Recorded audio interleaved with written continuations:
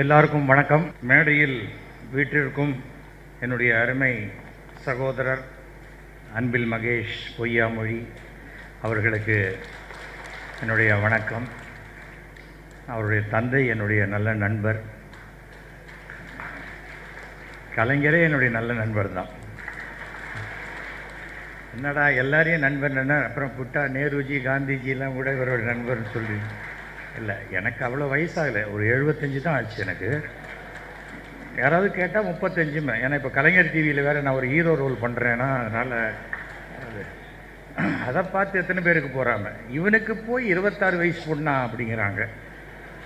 நான் சொன்னேன், அங்கேயே ஷூட்டிங்லேயே விட்டு வந்துடுவேன், நான் என்ன வீட்டுக்காக கூட்டின்னு வர போகிறேன், ஏன் இவ்வளோ பொறாமப்படுற, அது ஒரு ஆக்டிங்.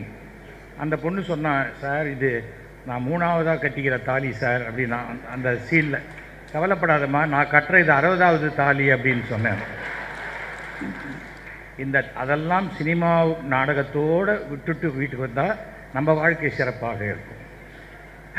நான் திருச்சிக்கு வரணும்னு சொல்லி 2 நாள் முன்னாடி சொன்னாங்க, சரின்ட்டேன். சரி, அதுக்கப்புறம் இந்த டிக்கெட் போட்ட அருண் தடுமாறி போயிட்டார். ராத்திரி ஒரு ட்ரெயின் போக்க, இல்லை சார் நான் இது நாளைக்கு நான் அடுத்த நாள் கார்த்தால போகிறேன், நான் இன்றைக்கி பிள்ளையார்பட்டி போயிடணும், நாளைக்கு நான் கார்த்தால ஸ்ரீரங்கம் போயிடணும், ஏகப்பட்ட. திருச்சி வந்தால் திருச்சி கும்போணத்துக்கு அடுத்தது அத்தனை கோயில்கள் இருக்கிற ஊர் திருச்சி. சாதாரணமான கதில் இந்த பக்கம் ஆரம்பித்தா சமயபுரம் மாரியம்மன் அங்கே இங்கே இப்படி கொண்டு வந்து இந்த பக்கம் நான் இன்றைக்கி இருக்க பிள்ளையார்பட்டி வந்து 12 மணிக்கு இறங்கினேன் ஃப்ளைட்டில். இங்கே ஹோட்டலில் வந்து சாப்பிட்டேன். அவங்க ரொம்ப உபசரிக்கிறாங்க. 10 நிமிஷத்தில் கொடுக்க வேண்டியது ஒரு 3/4 மணி நேரம் கழிச்சு கொடுத்தாங்க. பசிச்சு சாப்பிட்டா தான் நல்லாயிருக்கும். நாங்கள் எங்கள் அம்மா கூட இப்படி சொன்னது இல்லையா, நீ தயவு செஞ்சு கூடு அப்படின்னு சொல்லி சாப்பிட்டுட்டு கிளம்பி பிள்ளையார்பட்டி போயிட்டு, பிள்ளையார்பட்டிலேருந்து நேராக கிளம்பி இங்கே வந்தேன். பிள்ளையார்பட்டியிலேருந்து ஒரு 40 கிலோமீட்டர் தூரத்துலேயே திருச்சிக்கு 40 கிலோமீட்டர் தூரத்துலேயே சொல்லிட்டேன், சார் ஷார்ப்பாக இருக்கட்டும், அப்படி இருக்கட்டும், பேஸ் வைக்காதீங்க, ஷார்ப்பாக இருக்கட்டும்.